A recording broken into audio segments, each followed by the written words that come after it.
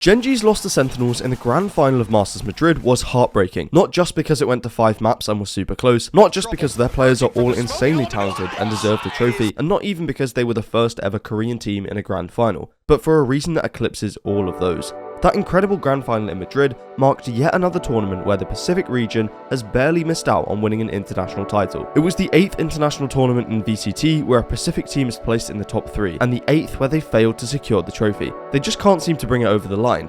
The only question now is why. So let's look back at every Pacific team who made it to a podium finish to find exactly why their runs always end in tragedy. We start all the way back in 2021 with Newturn at Masters Reykjavik. With so much hype surrounding Korea's Vision Strikers and their win streak, it was a surprise to many that the Korean team who ended up going to Iceland was actually Newturn. Star player Lakia carried them through to the upper final, where they faced Sentinels and got completely dominated.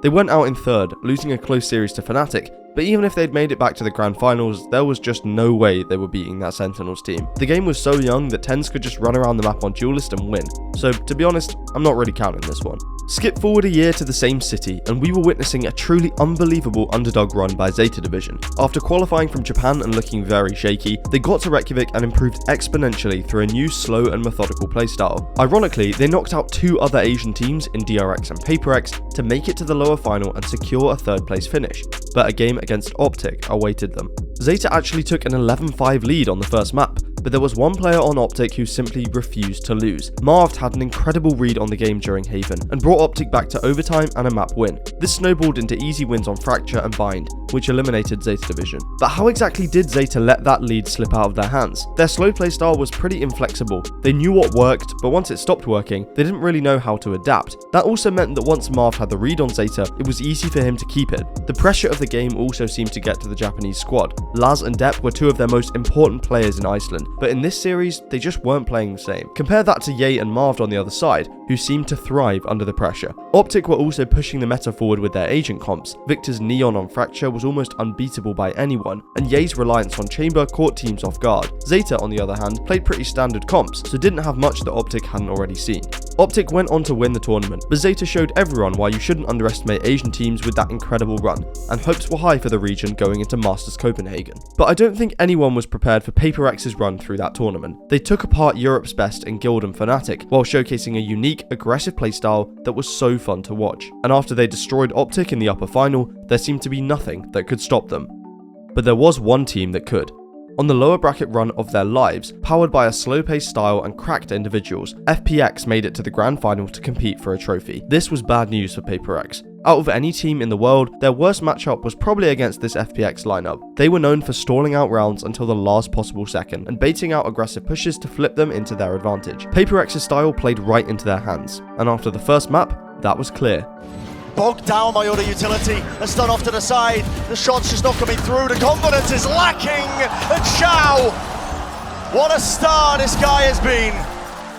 But PaperX weren't going to let that stop them. They struck back to tie the game, and after Fracture and Haven went both ways, we ended up on the final map of Breeze, where PaperX made a very bold play. They picked this comp, which if you've ever watched Breeze, you know it's not typical, and despite putting up a decent performance on it, it cost them as FPX took the map and the trophy. But it was another lead thrown at a crucial time for a Pacific squad, as the score went from 9-7 to 9-13 in the blink of an eye. FPX had figured out not only PaperX's overly aggressive style, but also the unique comp they'd picked. They knew how to counter it, and PaperX couldn't adjust in time. Certain individuals also seemed to be overtaken with pressure. Forsaken and Benkai really struggled to find value in this series, and the experience from FPX's side from the likes of Angel allowed them to play with much more individual freedom. Just take the last round of the game, with Sugetsu's Miracle 4K.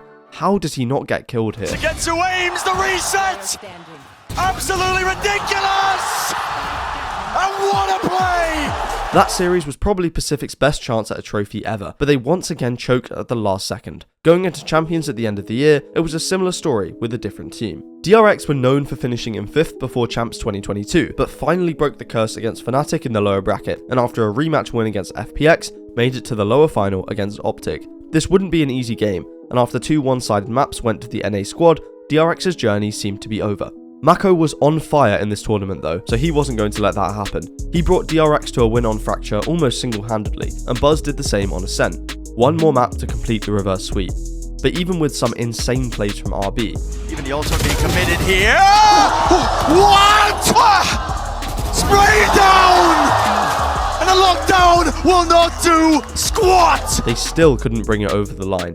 Another best of 5 lost in the final few rounds. How did it happen again? There was a few reasons. DRX hadn't adopted Chamber much into their core gameplay, and OpTic was simply the best team at using Chamber. Ye was just so consistent on him. Marved also had a blinder of a final map, able to get the read on DRX over and over. OpTic's weird agent comp probably also caught DRX off guard, and their star players didn't step up in the final moments. Overall, they just ran out of gas towards the end of the series, something that will continue into lock-in. Because it was the exact same story in the semi-final between DRX and Loud. Loud went up 2 maps pretty quickly, and Mako brought DRX back to a tied scoreline. Ascent was the decider, but Loud came in with a unique comp that pipped DRX to the post. It also seemed like in these big matches, teams like OpTic and Loud had those star players who thrived under the pressure. Mako was the only player who had ever really shown that quality from DRX, and it meant that Loud moved forward to play in that legendary final against Fnatic. Tokyo was up next, and hopes weren't that high for Pacific coming in. DRX looked pretty flat despite securing second place domestically, and PaperX couldn't take something with them, who was the league MVP.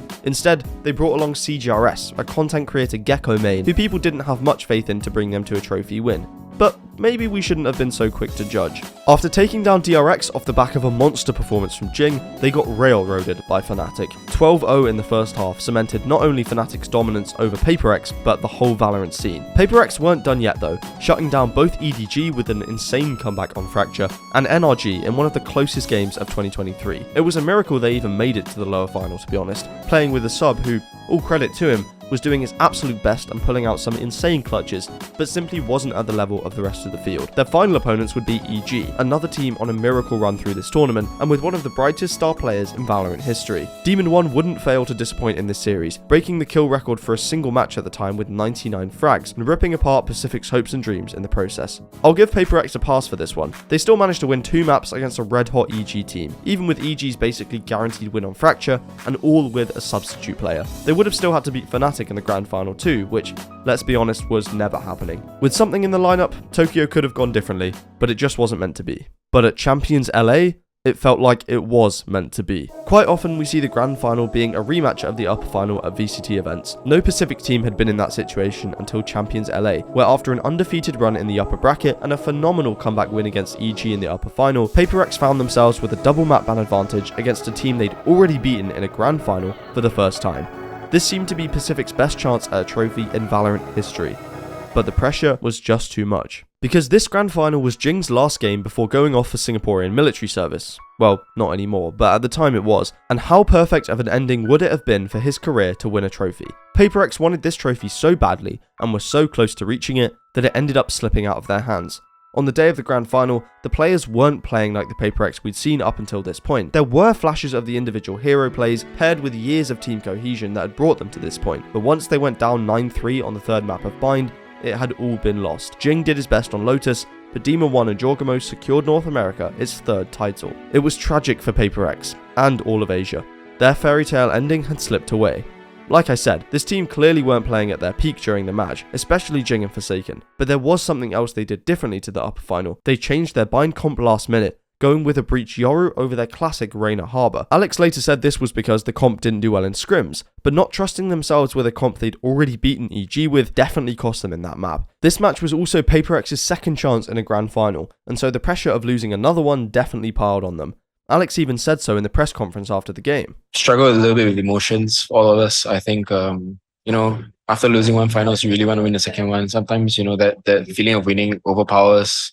But after that second place finish at Champions, coming into 2024, PaperX were the undisputed favourites to win Pacific's kickoff tournament. But after a surprising run from Gen G, they were the ones who took it instead, in a pretty dominant grand final. No one knew if they could achieve much in Madrid, especially with a rookie fresh off the ranked ladder playing smokes for them. But as it turns out, that rookie is one of the best players in the world, and along with a cracked lineup of Korean veterans, they made it to the upper final against Sentinels for a spot in Grands. With Sentinels looking like the best team in the world, it wouldn't be easy, but a 13-5 win on Sentinels' supposedly unbeatable split, and a 13-3 demolition on Breeze took another Pacific team to a grand final, with another double map ban advantage. And after Sentinels beat PaperX in the lower final, Gen G found themselves in the same position as PaperX at Champions, inches away from a trophy. So close to becoming not just Korea's first ever winners, but all of Pacific's.